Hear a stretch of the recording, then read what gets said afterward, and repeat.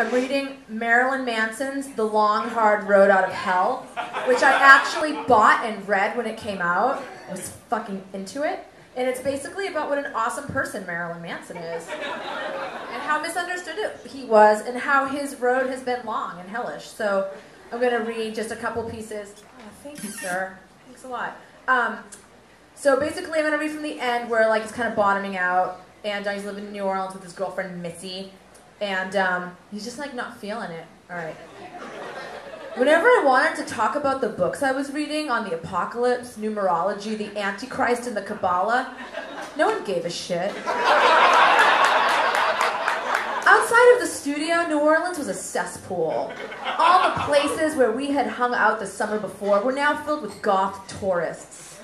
The city had changed from a place where no one knew us to one where we were walking cliches, parodies of ourselves. Every night I drank, swallowed, and snorted what I could to escape. One night, Missy and I ended up at a bar called The Hideout, which the previous year had been a biker hangout with 3 or 4 customers and a jukebox that played Whitesnake and Styx. We liked to drink there because it was empty. It was a joke, and the bathrooms had doors that locked. When Missy and I returned to The Hideout, the place had become a happening night spot. Everyone there was cold and indifferent, as if they were too cool to recognize us, even though the only reason they were there was because they knew we would be there. In the midst of the black clothes, eyeliner, and hair dye, I saw a beacon of silver, a human disco ball, a brown-haired girl covered in glitter with metallic eyeshadow and lipstick. She stood in the middle of the room like a big neon sign bearing testimony to my infidelity. She had sucked my dick the summer before. Whatever special radar girls have, Missy's was on high that night, and instantly she picked up on the tension between me and the Liberace disco ball. The drunker we got, the more volatile the situation became. Missy kept asking me who she was and if I had slept with her, and I kept denying it. In the meantime, the girl was hitting on me as if Missy were a ghost, in which some ways she had become.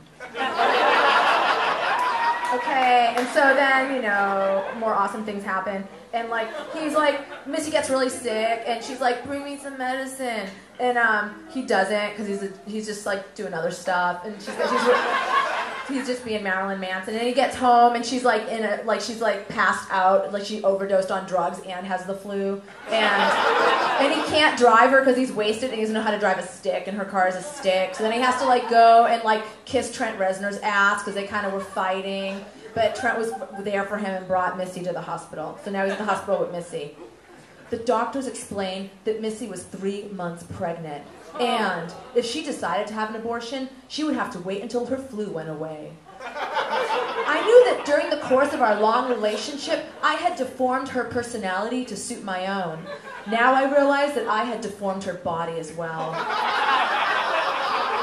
The next night, as I sat alone in the studio's control room, I played back the rough mixes we had recorded of Tourniquet, a song inspired by one of my many apocalyptic nightmares. I thought I was listening it to try and determine if it should be redone, but in reality, I was trying to find myself in the song, to see if I could discover some clue, some answer, some solution, some way out of the mess my life and career had become.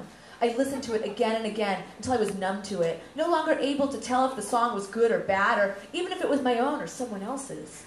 In a daze, I picked up the microphone plugged into the computer, beginning to feel one of the blackouts I'd been experiencing more frequently coming on. Very slowly and firmly, I drummed my left hand on the table as if tapping an SOS into a telegraph and whispered into the microphone, "This is my most vulnerable moment." I flipped the waveform around so that it was backwards and added it to the beginning of a song, a distress call heard by no one but myself. I collapsed into the swivel chair and tried to clear my head. The words came from a place inside me as pink and sensitive as the head of a newborn baby.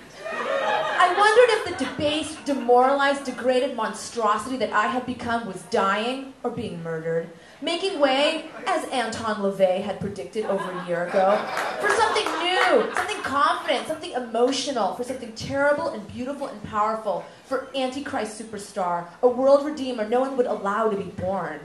What neither I nor anyone else around me realized was that the same corrosive that had stripped away my humanity was also responsible for trying to kill Antichrist superstar in the womb. Betrayal. It was a word that rattled around my mind like a rusty, what the fuck is he talking about? I'm just like not even in my body right now. Like none of this makes sense at all. Anyway, each one was like a hammer driving a stake deeper and deeper into my chest. Thank you.